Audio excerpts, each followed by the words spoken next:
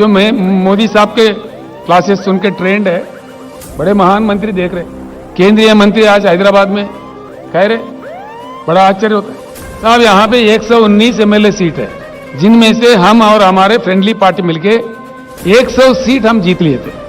88 तो हम जीते थे, 95 सीट हम जीते थे, 3/4 मेजॉरिटी। उसके बाद में हमारी संख्या बढ़ी, आज टीआरएस के एमएलए है 103, 104 और हमारे एक फ्रेंडली पार्टी है उनके एमएलए 7। और माननीय केंद्रीय मंत्रीगण जो हैदराबाद में बैठे हुए हैं वो कह रहे हैं महाराष्ट्र में जैसा सरकार गिरा है तेलंगाना में देखने को मिलेगा, तेलंगाना सरकार भी गिराएंगे। ठीक बात है, गिराइए, हम भी इंतजार कर रहे हैं उस बात का, ताकि हम फ्री हो जाए, आपको दिल्ली से उतार देंगे।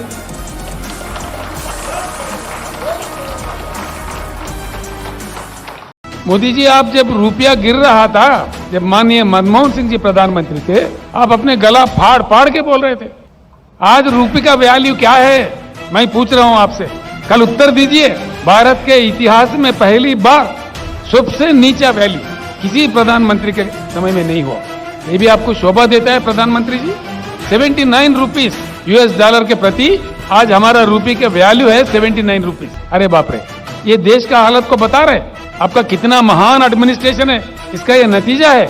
आप ही कह रहे थे, मैं जानना चाहता हूं भाई, नेपाल का रुपया नहीं गिरता, बांग्लादेश का नहीं गिरता, सिर्फ भारत का ही क्यों गिरता। हम जानना चाह रहे हैं मोदी जी, आज भारत का ही रुपया क्यों गिरता। हम भी आज जानना चाह रहे हैं, देश जानना चाह रहे हैं, किसी प्रधानमंत्री के समय में इतना नीचे नहीं गया रुपये वैल्यू जितना आपके समय में जा रहा है। और फिर भी आप बोलते हैं आपका ढोल बजाओ। मेक इन इंडिया, नए उद्योग तो नहीं आए, जो ऑलरेडी है हमारे पास वो भाग रहे। फिएट कंपनी चला गया, फोर्ड कंपनी चला गया, जनरल मोटर्स चला गया, डॉटसन चला गया, यूनाइटेड मोटर्स चला गया, हार्ली डेविडसन चला गया। क्या ये सच नहीं है? यह है मेक इन इंडिया का नतीजा, ये तरीका है देश चलाने का। इन चीजों से देश का विकास होगा, विकास नहीं सत्यानाश होगा। अगर ये माहौल ऐसे ही बने रहे, पूंजीपति अपने निवेश को विथड्रा करे, हमारे देश से इंडस्ट्री भाग रहा है, निवेश का ड्रेन हो रहा है, हम स्पेक्टेटर बने रहेंगे, देश का सर्वनाश होगा। बड़ा ही दुख होता है, हो क्या रहा है और प्रचार क्या किया जा रहा है। ये कितनी गलत बात है। हमारे इतने विशाल देश है, विशाल जनता है, 140 करोड़ पे पहुंच रहा है हमारे पॉपुलेशन। इनके साथ जो आप खिलवाड़ा कर रहे हो, मजाक कर रहे हो, ये देश के हित में अच्छा नहीं है, बिल्कुल गलत है। आप मजबूर है आपके साहूकारों को हेल्प करने में, आप तो है मजबूर, राज्यों के सरकार पे दबाव डाल रहे, हुकुम पे हुकुम दिए जा रहे कि 10% इंपोर्टेड कोयला इस्तेमाल करो, वरना तुम्हारे कोल इंडिया से कोल सप्लाई बंद किया जाएगा। ये क्या दादागिरी है, जबरदस्ती है, ये लोकतंत्र का मान मर्यादा है। यशवंत जी, मैं आपके सामने रखना चाह रहा हूं, हमने इनकार कर दिया, आप जो मर्जी कर लो, क्योंकि हमारा एक इतिहास है।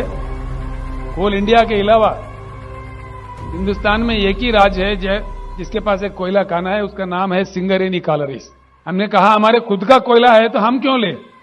हैरत की बात यह है, हिंदुस्तान का कोयला 4000 के अंदर एक टन मिलता है।